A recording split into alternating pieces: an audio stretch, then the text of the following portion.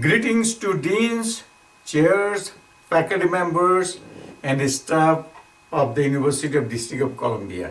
Hello, my name is Badrul Khan. I am very glad to have this opportunity to present a framework for meaningful digital learning in the new norm of education. And thank you for joining me. As you know, the rise of COVID-19 pandemic in March of 2020 posed the most dangerous threat in the history of our education, as the pandemic swept across the country, devastating our economy, health, and educational systems. Our schools, colleges, and universities shut down nationwide for the first time in American history. It has undoubtedly left a lasting impression on our future generation by changing the way we learn in a virtual world. The pandemic prompted a paradigm shift of our education system, a magnitude to which neither policymaker nor government official would have anticipated. Unemployment rates skyrocketed, medical healthcare providers were swamped with treating a new virus, and academic institutions were forced to move to remote learning. As we all know, remote learning is an open educational system which is different from traditional classroom instruction. Traditional classroom instruction is pretty much a closed system taking place within the confines of a given classroom. On the other hand, remote learning in the form of e-learning is a flexible form of education that allows learner to learn from anywhere. Because of lockdowns, educators are required to teach completely online. As you are accustomed to teaching or learning in a closed system, traditional classroom-based instruction, the openness of e-learning is new to many of us. If we did not teach online before, we struggle. One may question, why struggling? Is it because we are not familiar with technology? Well, technology is only one part of the struggle. Recently, I participated in several national and international education webinars with educators, administrators, and students and community members from different countries.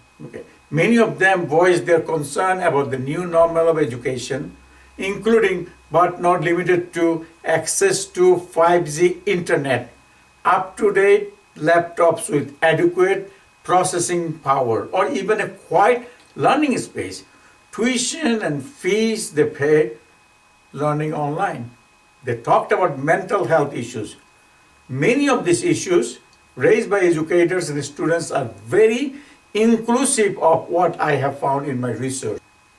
Our educational systems were caught flat-footed, unprepared, a system that was never equipped with contingency plan in the event of a long-term national lockdowns.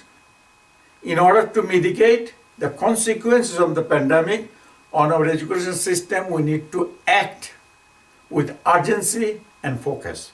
We as a nation of vibrant problem solvers and innovators must find a better way to address this unmet challenge and need.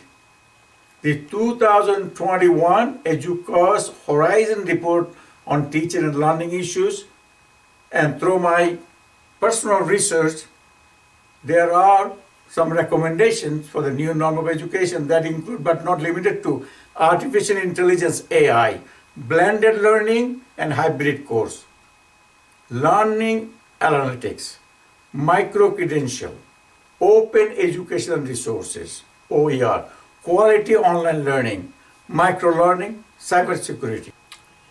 blended or hybrid learning approach seems to be suited for the new norm of education.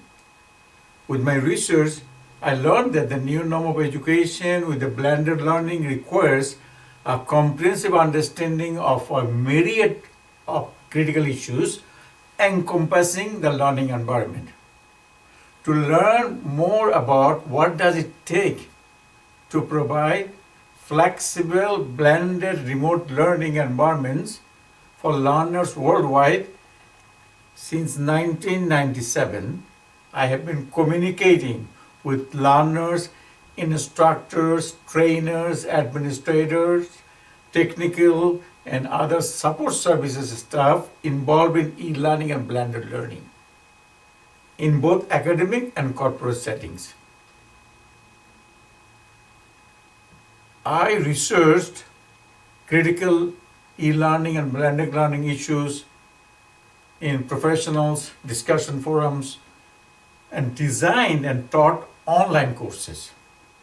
I reviewed literature on e-learning and blended learning, and I found that numerous factors help to create meaningful learning environment, and many of these factors are systemically interrelated, interdependent.